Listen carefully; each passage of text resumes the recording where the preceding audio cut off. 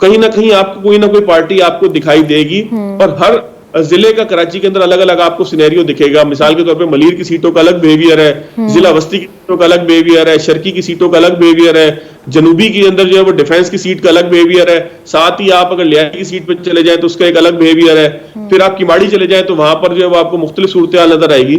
تو کراچی کے اندر جو ہے وہ یہ طے کر دینا کہ جی اس کی اتنی سیٹیں ہوں گی, اس کی اتنی سیٹیں ہوں گی, یہ کوئی پولیٹیکل فیورزم تو ہو سکتی ہے کہ میں کسی پارٹی کو فیور کرتے ہوئے یہ طے کر لوں کہ یار اس پارٹی نے اتنی سیٹیں لے لینی ہے, لیکن یہ تجزیات یا تبصرہ آسان نہیں ہے. ہاں ہم یہ طے کر سکتے ہیں کہ اچھا فواد, جیسے آپ نے بات کی نا کہ یہ آسان نہیں ہے, کیونکہ ہمیں ہر طرف مختلف حلقوں میں, مختلف علاقوں میں مختلف کینڈیڈیٹس کو دیکھتے ہوئے ڈیفرنٹ موڈ لگ رہا ہے عوام کا.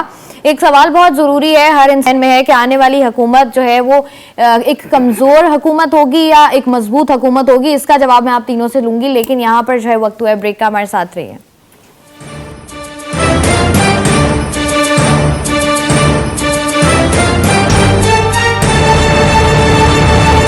Welcome back. سٹی 21 کی الیکشن اسپیشل ٹرانسمیشن میں ایک بار پھر سے خوش آمدید. فواد, میں آپ کے پاس یہ سوال چھوڑ کر گئی تھی, وہیں سے ہم کنٹینیو کریں گے. کیا آپ کو لگتا ہے کہ 8 فروری کے بعد ایک مضبوط حکومت بننے جا رہی ہے یا کچھ ملا جلا سا ہمیں رزلٹ سامنے آئے گا ہمارے؟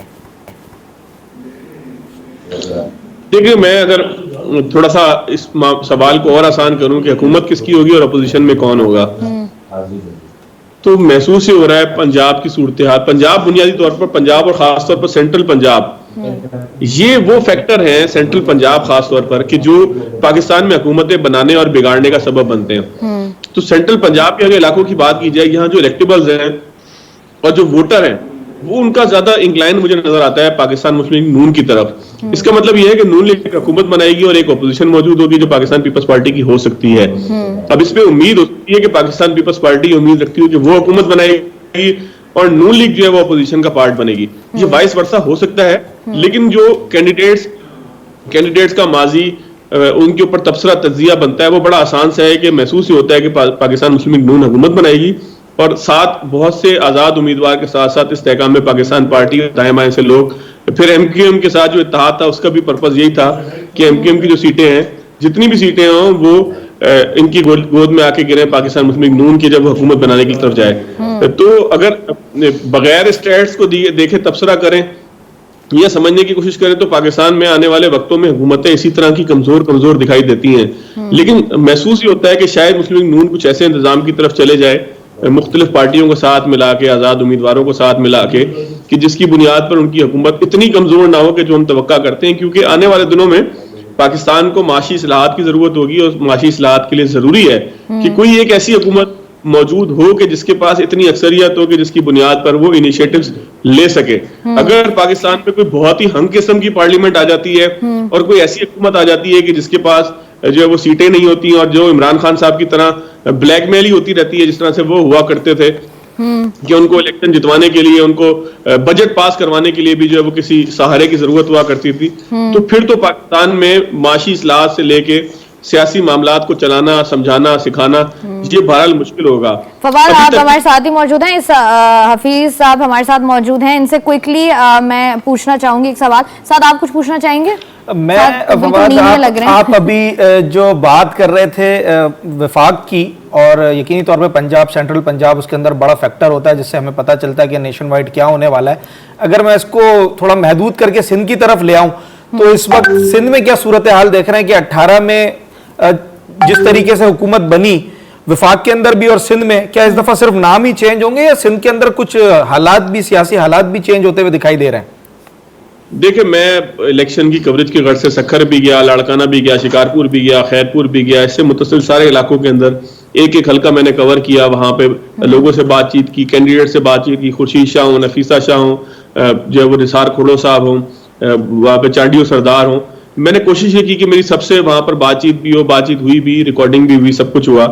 پیپلز پارٹی کا مجھے سوراب گوٹ سے لے کے تو ڈھیرکی تک اور گوٹکی تک اور پھر سندھ کا آخری شہر اوباڑوں تک مجھے کوئی بہت بڑا مقابلہ کہیں نہیں دکھا. جیکب آباد کے اندر شاید مقابلہ ہو جائے, محمد میاں سمرو صاحب ہوں گے, پیپلز پارٹی کے کینڈیڈیٹ کے حوالے سے اختلافات بھی رہے ہیں, پیپلز پارٹی کے کینڈیڈیٹ کے اوپر تنقید بھی ہوتی رہی, شاید وہاں پر ہو جائے. پہلے کسی وقت میں جو ہے وہ غوث بخش مہر صاحب